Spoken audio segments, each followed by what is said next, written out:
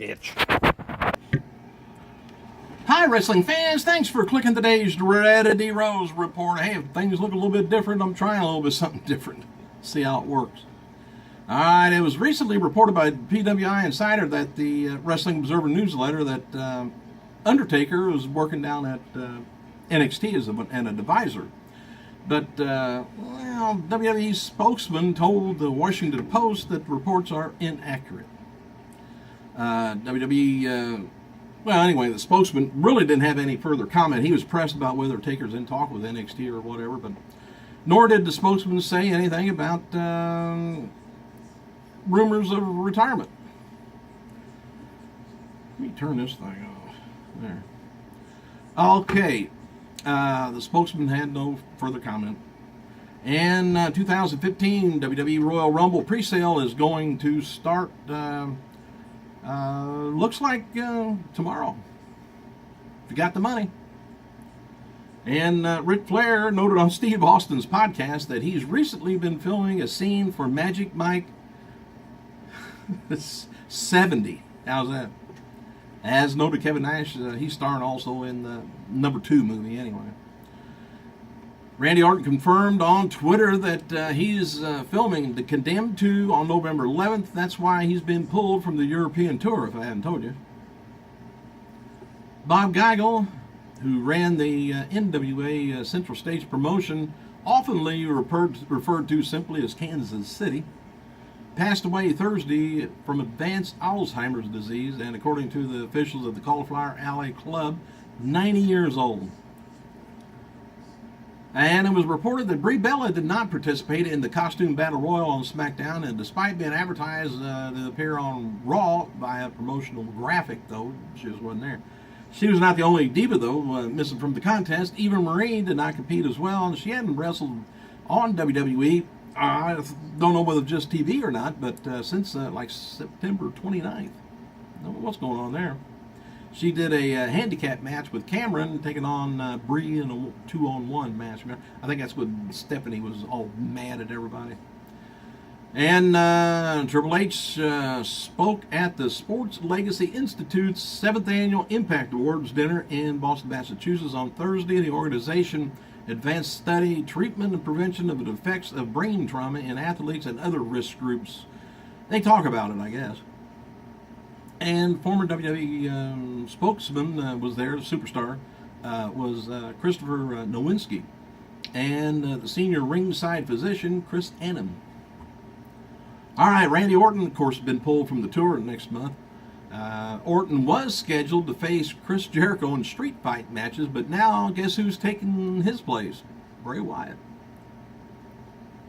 So, could be interesting. I feel like I'm ready to sneeze again. Brock Lesnar, you remember him?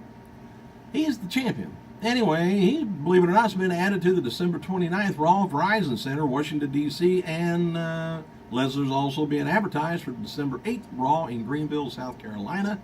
And maybe he'll have to do something with that belt. Put it on the line. Say something. Do something. On October 24th, WWE filed trademark applications, U.S. patents, and trademark offices for Eve Torres, believe it or not, for wrestling exhibitions and performances by professional wrestlers. This description matches performers' names and the company, applied to trademarks and stuff. So, anyway, Torres became the first person to win the Diva Battle, the first Diva Championship on 3 different occasions. Left WWE in January 2013 on her own accord to focus on her role as an instructor for the Gracie Self-Defense Program for Women. Don't know how that went. Earlier this year, she landed a recurring role as Renee Flores on the El Rey television series Matador, although her hiatus. She's remained linked to WWE as an ambassador. I didn't know if you knew that. All right, they've applied for a bunch of trademarks, so let's just see what else we got. I may have to end up zooming this in later because you just can't see I washed my face today and you can't tell that far away. I'm working on it.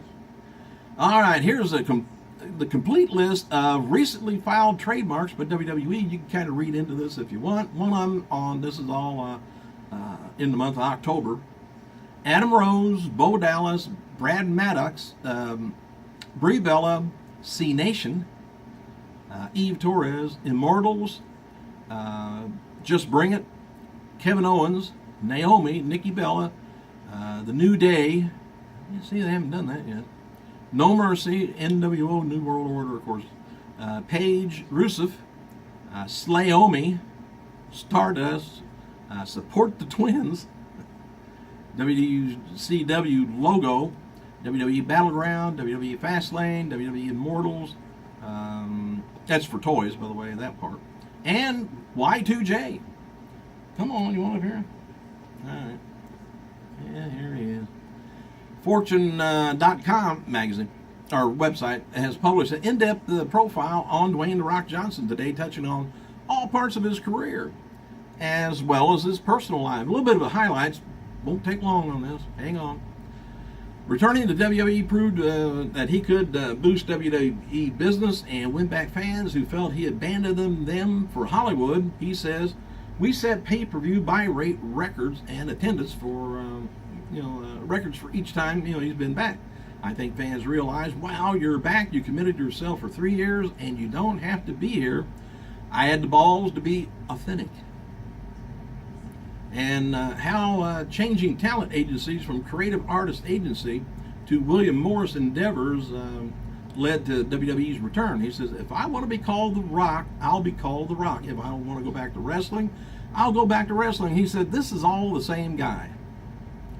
And Critics Online forum accused him of using steroids. Now, can you believe that? I just don't know how they do that. Anyway, training is my anchor. He says, being on a regimen schedule, setting goals, failing at goals. This is the philosophy of being an athlete that carried me to today. Sure, I get a lot of people out there say who will suspect and say, he said, they want me to negate the hard work you put in. No. What he's trying to say, even if you've taken steroids, you can't go over there and sit on the couch and end up with gigantic muscles. You got to work your ass off, and it's kind of rough. So I mean, it may help you along on, could help you make some muscles quicker, but you're still going to have to pump some big time iron, aren't you? Huh? Yeah, you don't care. All right. Anyway, let me see how this looks on. See if I'm going to keep doing this way, but it should be in high def. My other episodes, they've always been in high def, but I never uploaded them to YouTube in high def because it just takes so long. But I got a new phone, new camera, and whatever. I'm going to see if this goes up quicker and better, see how it works. Otherwise, I'll be back to the same old place. Hey, thanks for clicking, you guys. I got to go over here and shut it all down. I got to go.